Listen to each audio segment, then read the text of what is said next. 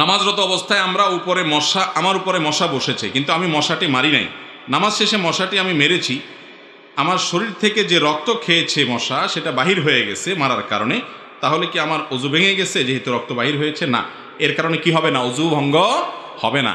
প্রথমত, মশা যে পরিমাণ রক্ত শোষণ করে সেটা পরিমাণে অনেক কম, এটার কারণে কোনো অসুবিধা না। দ্বিতীয়ত হলো যে মশা তো সিরিঞ্জ দিয়ে আপনার শরীর থেকে বের করে তার শরীরে নিয়ে নিছে, এখন তো মারার পরে যে বাইরে হয়েছে এটা তো তার শরীর থেকে বাইরে হয়েছে, আপনার শরীর থেকে বাইরে না। অজু ভাঙলে মশার ভাঙছে, আপনার না।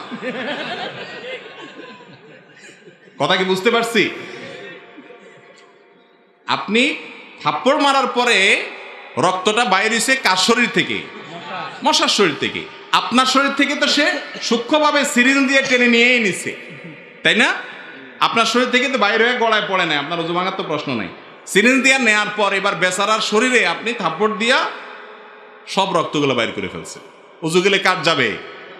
মশার যাবে।